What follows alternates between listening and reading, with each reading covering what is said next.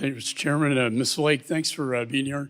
Today, I want to thank you for visiting with me in my office to talk about these challenges that you've outlined. I think the chairman has outlined them quite well. I want to commend you for reforming USAGM.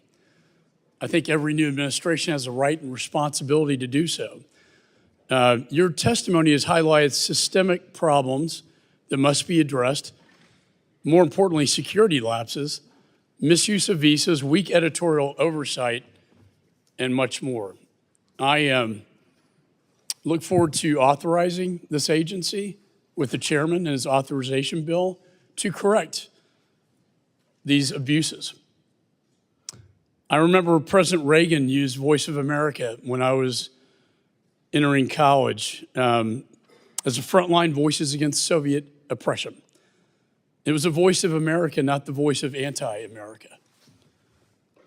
Recently, I used the Voice of America and Open Technology Fund to translate my report on the origins of COVID-19. We disseminated it through mainland China, broke through the firewall.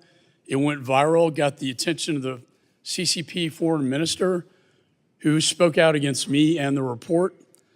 That's the kind of impact this agency needs to reach. With the events in Iran, we need America's voice in Iran right now.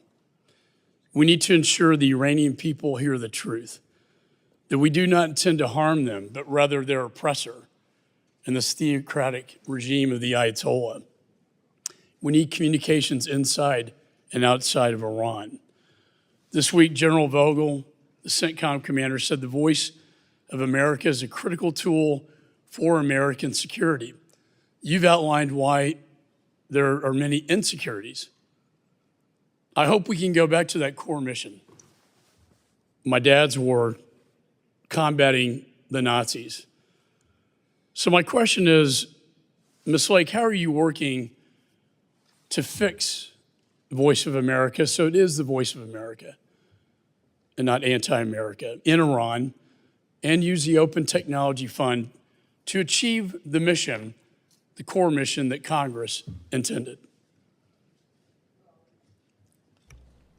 Thank you for that question, and thank you for laying out when it was a better agency. You're right, Ronald Reagan used it, a great broadcaster, one of the great communicators, and he used it, but times have changed, and it's still doing 1990s style television in a world where people are getting their information right here on their smartphones. It's in the back pocket. And so we need to update it and modernize it. But President Trump's executive order dated March 14th has called for this agency to be brought to its statutory minimum. And I'm glad that you mentioned Iran, because one of the languages that is required in the statute is Farsi, and we are still broadcasting in Farsi. And Ranking Member Meeks said that we have not been, and that we, in a panic, started to put news out in Farsi. That is actually not true. We were in the process of effectuating President Trump's executive order, and in the process of doing that, several malicious lawsuits were started up, and the judge froze us from being able to get news on. We literally were frozen in place because of all of these lawsuits. Once we were freed to start putting news on, we immediately went to what the statutory minimum is, and one of the languages is Farsi going into Iran. And I'm very proud to say that when President Trump, when the bombings happened over the weekend on Saturday, and when President Trump started to speak, we had a crew in on Saturday delivering President Trump's message to the people of Iran in Farsi. It was translated and it went out. Sometimes a lean and mean and a smaller staff makes it easier to get things done. And in one of the emails that I got from our Persian team, they actually said that. They were able to move quicker because it was smaller, the bloat had been diminished. And I'm really proud of the fact that we got that on. We're going to continue to operate at the statutory minimum. We are putting out content in Pashto, Dari, Mandarin, Farsi, and Spanish through Office of Cuba Broadcasting.